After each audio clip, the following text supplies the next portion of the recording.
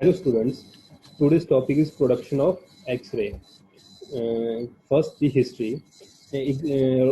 Röntgen एक German scientist है।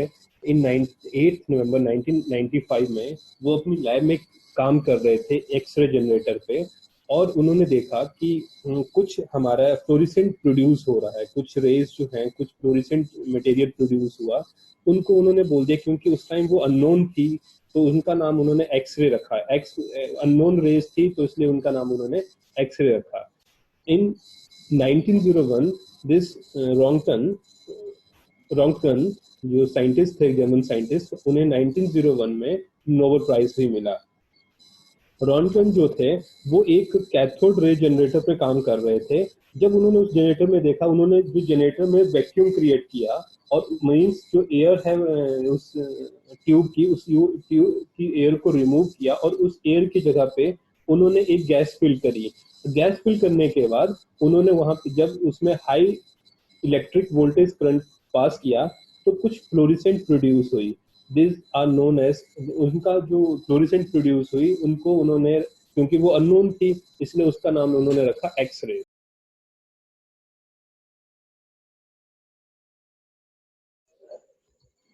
Next is X-ray tube. इसके बारे में मैंने आपको पहले ही बताया है। एक्सरे ट्यूब के बारे में मैंने आपको पहले ही बताया है कि एक्सरे ट्यूब कैसे वर्क करती है, कैसे एक्सरे प्रोड्यूस होती है। ये आपकी एक्सरे ट्यूब है जो आपको स्क्रीन पे दिख रही होगी। एक्सरे ट्यूब जो है ग्लास से बनी हुई है। इट्स कैथोड और एनोड। आपका कैथोड पे आपका एक टंगस्टन की ये वायर लगी रहती है जिसका हाई मेल्टिंग पॉइंट रहता है। यहाँ पे जब हम करंट पास करते हैं तो ये हीट होती है। ये फॉक्सिंग कप है। फॉक्सिंग कप का काम क्या है? जो आपकी एक्सरे प्रोड्यूस हो रही है उसे फोकस करके एनोड पे जो टंगस्टन लगा हुआ है उस पे हिट करेंगे। जैसे ये इलेक्ट्रॉन इस टंगस्टन प्लेट पे हिट करेंगे, बिकॉज टंगस्टन का जो है वो मेल्टिंग पॉइंट बहुत ज्यादा है, तो ये इलेक्ट्रॉन जो है they transfer the energy and hit to the this tungsten and produce a rays। क्योंकि इसका नाम पहले एक्सरे क्यों पड़ा? क्योंकि जो साइंटिस्ट थे उन्होंने पहले देखा कि ये कुछ ऐसी रेस प्रोड्यूस हो रही हैं, उनको नाम पता नहीं था तो उन्होंने उसको बोल दिया एक्सरे, कि अननोन है इसलिए इनका नाम रख दिया एक्सरे। अब इनका नाम है एक्सरे। अब ये जो इलेक्ट्रॉन है जो आपका कैथोड है, वहां पे जैसे ये फिलामेंट हिट होता है, हिट होने से क्या होता है कि इलेक्ट्रॉन प्रोड्यूस होते हैं। अब ये इलेक्ट्रॉन जो है, जैसे ही इनकी energy, electron they transfer the energy. अब इलेक्ट्रॉन कैसे ट्रांसफर करते हैं, मैंने आपको एटॉमिक स्ट्रक्चर में बताया ही था। एटम जो होते हैं वो सेंटर में न्यूक्लियस होता है, बाहर इलेक्ट्रॉन का क्लॉड रहता है। इलेक्ट्रॉन एक ऑर्बिटल में मूव करते रहते हैं। जब ये इलेक्ट्रॉन प्रोड्यूस होते हैं तो ये इलेक्ट्रॉन टू वे से इस इलेक्ट्रोमैग्नेटिक वेव प्रोड्यूस करते हैं। पहले तो ये इलेक्ट्रॉन हिट करते हैं, जो आपके ऑर्बिटल इलेक्ट्रॉन है उनको हिट करते हैं, and they transfer the energy from one electron to another electron. दूसरा वे क्या है? ये हिट करते हैं ये न्यूक्लियस को, और ये डिपेंड करता है आपका कौन सा हम यहाँ पे मैटर यूज कर रहे हैं, मटेरियल कौन सा यूज कर रहे हैं। अब जो ये डिस्टेंस है यहाँ से लेके यहाँ का जो डिस्टेंस है, इसे बोलते हैं हम ट्रू फोकल स्पॉट। मतलब यहाँ से जो इलेक्ट्रॉन प्रोड्यूस हो रहे हैं और यहाँ पे आपके इस टंगस्टन पे हिट कर रहे हैं, इस पॉइंट को बोलते हैं हम ट्रू फोकल पॉइंट। ये इलेक्ट्रॉन एक्सरे ट्यूब है जो कि हेल्प करती है प्रोडक्शन ऑफ एक्सरेज के लिए। और आपको पता ही है एक्सरेज जो होती है इससे इलेक्ट्रोमैग्नेटिक वेव,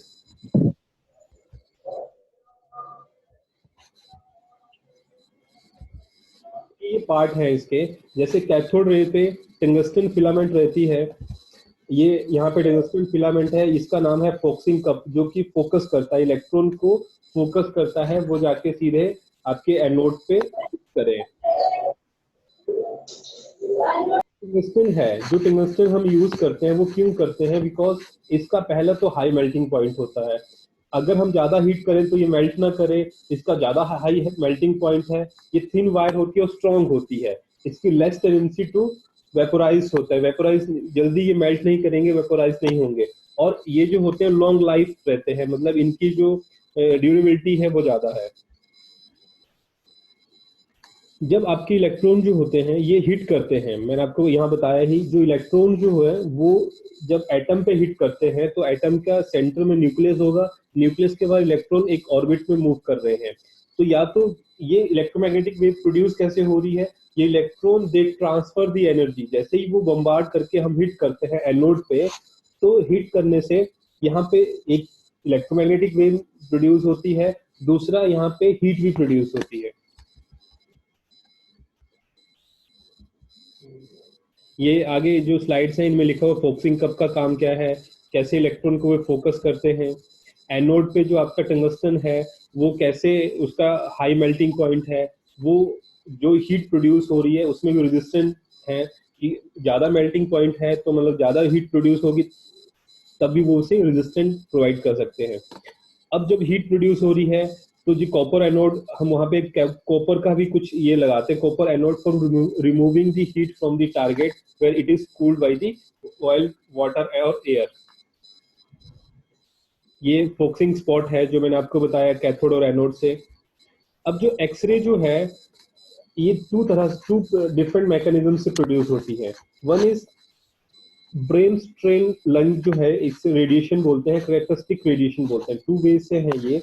इसमें क्या है, जो इलेक्ट्रॉन हमारे कैथोड से प्रोड्यूस हो रहे हैं वो जाके इंटरेक्ट करेंगे जो टंगस्टन जो टारगेट है हमारा एनोड, वहां पे न्यूक्लियस पे हिट करेंगे। और ये जो दूसरे टाइप्स की जो कैरेक्टरिस्टिक रेडिएशन जो है, वो जो इलेक्ट्रॉन हमारे प्रोड्यूस हो रहे हैं वो जाके हिट करेंगे ऑर्बिटल इलेक्ट्रॉन को। एटम, जब मैंने आपको बोहर और रुदरफोर्ड का मॉडल बताया था तो इन्होंने बताया था कि, बोहर ने बताया था कि जो एटम है उसके सेंटर में न्यूक्लियस है और उसके चारों तरफ इलेक्ट्रॉन्स मूव करते हैं। तो उसी के बेसिस पे इलेक्ट्रॉन जो है जब एनर्जी गेन करते हैं, मैंने आपको बताया था एक्साइटेड स्टेट और ग्राउंड स्टेट। ग्राउंड स्टेट क्या होती है, जब इलेक्ट्रॉन्स अपने अपने ऑर्बिट में मूव कर रहे हैं, जब when they get the energy, कहीं से वो एनर्जी ले लेते हैं, then they went to their excited state. वो जब एक्साइटेड स्टेट में चले जाते हैं तो एक्साइटेड स्टेट जो होती है अनस्टेबल होती है। तो वैसे ही जो इलेक्ट्रॉन है जो कैथोड से प्रोड्यूस हुए, उनके पास एनर्जी है, वो अपनी एनर्जी जाके न्यूक्लियस में एनर्जी रिलीज करने हैं, बिकॉज एक्साइटेड स्टेट जो होती है they are unstable in nature, और अनस्टेबल है तो उन्हें वो एनर्जी जो उन्होंने गेन की है उसे कहीं ना कहीं उसे रिलीज करना है। तो वो क्या कर रहे हैं, जैसे ही एनर्जी को टंगस्टन पे हिट कर रहे हैं वो वहां पे एनर्जी रिलीज कर रहे हैं, और एनर्जी रिलीज होने वो this energy is converted into electromagnetic energy means X-ray. अब कैरेक्टरिस्टिक एक्सरे की क्या क्या प्रॉपर्टी है, प्रॉपर्टी क्या है, मैंने आपको जैसे ही बताया है कि जो एक्सरे जो होती है वो पहला तो वो it travel in straight line, वो एक स्ट्रेट लाइन में ट्रेवल करती है।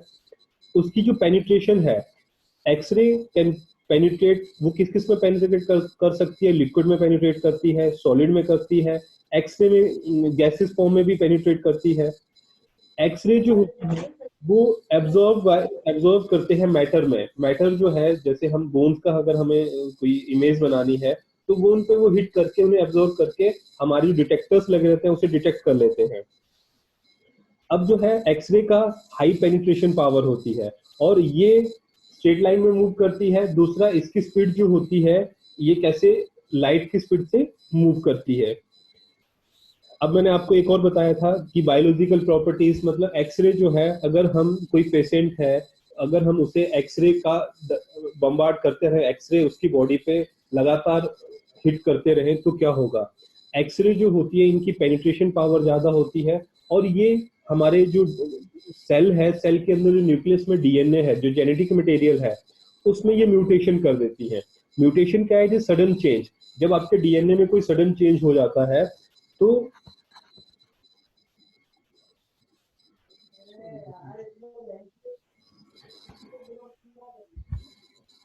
जब ये बायोलॉजिकल जो हमारे जेनेटिक मटेरियल है उसमें म्यूटेशन कॉज कर, सडन चेंज कर देती है। सडन चेंज के मतलब होता है तो उससे हमारे बॉडी में बहुत सारे डिजीज होने के, जैसे आपने ये कैंसर होने के चांसेस हैं। कैंसर जो है अनकंट्रोल ग्रोथ, क्योंकि हमारे डीएनए में चेंज हो गया तो इसलिए अनकंट्रोल ग्रोथ हो रही है, it is known as mutation. अब ये है जब आपके जो इलेक्ट्रॉन है, इंसिडेंट इलेक्ट्रॉन जो है उनकी एनर्जी, जहां कैथोड से इलेक्ट्रॉन प्रोड्यूस हुए उनकी एनर्जी ज्यादा होगी एज कंपेयर टू जो इलेक्ट्रॉन एनोड पे हिट करेंगे। Electron from the outer shell lose energy and replace the inner shell electron. अब क्या कर रहे हैं, ये बता रहे हैं कि जो इलेक्ट्रॉन है जब वो एनर्जी गेन कर रहे हैं तो वो अपनी एनर्जी को रिप्लेस कर रहे हैं बाय लूजिंग द एनर्जी। अब जो एनर्जी लूज हो रही है, एनर्जी जैसे लूज हो रही है वो दिस एनर्जी इज जब कैथोड से हिट कर रहे हैं एनोड पे तो they lose their energy and this energy is converted into X-ray. X-ray photon या इलेक्ट्रोमैग्नेटिक वेव में। मैंने आपको पहले ही बताया था कि एनर्जी नाइदर भी क्रिएट, थर्मोडायनेमिक्स की फर्स्ट लॉ क्या बोलती है, एनर्जी नाइदर भी क्रिएट नॉट भी destroy but it change from one form to another form. तो ये एनर्जी जो है एक फॉर्म से दूसरी फॉर्म में चेंज होती रहती है। हम ना एनर्जी को बना सकते हैं ना ही उसको डिस्ट्रॉय कर सकते हैं, बट उसे एक फॉर्म से दूसरी फॉर्म में चेंज कर सकते हैं। अब जो एनर्जी जो एक्सरे जो प्रोड्यूस हो रहे हैं वो डिपेंड कर रहा है हम एनोड पे कौन सा मटेरियल यूज कर रहे हैं, कैथोड पे कौन सी मटेरियल यूज कर रहे हैं, उस पर डिपेंड करता है। और जो wavelength of X-ray produced are the characteristic of the atom that have been ionized and is not changed by the kilovolt। मैंने आपको बताया आयोनाइजेशन एनर्जी के बारे में बताया था कि minimum amount of energy which must be required to cross the energy barrier means जो आयोनाइजेशन एनर्जी क्या है कि एक मिनिमम अमाउंट ऑफ एनर्जी है जो कि इलेक्ट्रॉन को उसकी ग्राउंड स्टेट से उसको एक्साइटेड करने में हेल्प कर रही है, वो एक्साइटेड स्टेट में जा रहे हैं।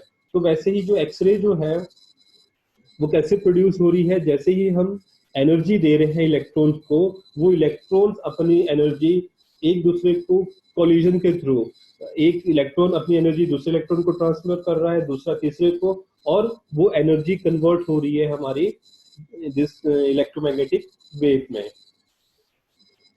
और जो एक्सरे जो होती है इसकी मोर पेनिट्रेशन पावर होती है।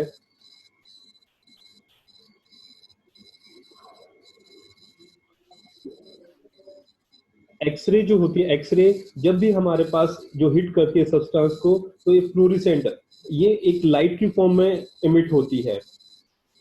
और ये जैसे ही वो हिट करती है हमारी फोटोग्राफिक फिल्म को हिट करती है तो वहां पे वो एक इमेज बनाती है। जैसे एक्सरे जो है अगर बोन को हिट करती है तो कुछ जो एक्सरे जो इलेक्ट्रोमैग्नेटिक वेव्स जो है वो हमारी बोन्स एब्जॉर्व कर रही है, कुछ उन्हें स्कैटर कर रही है और कुछ ट्रांसमिट हो रही है।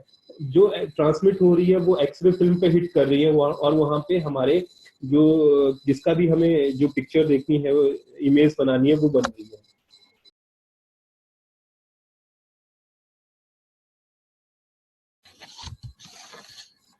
और इसी के साथ आज का ये जो लेक्चर है वो ओवर होता है। Thank you.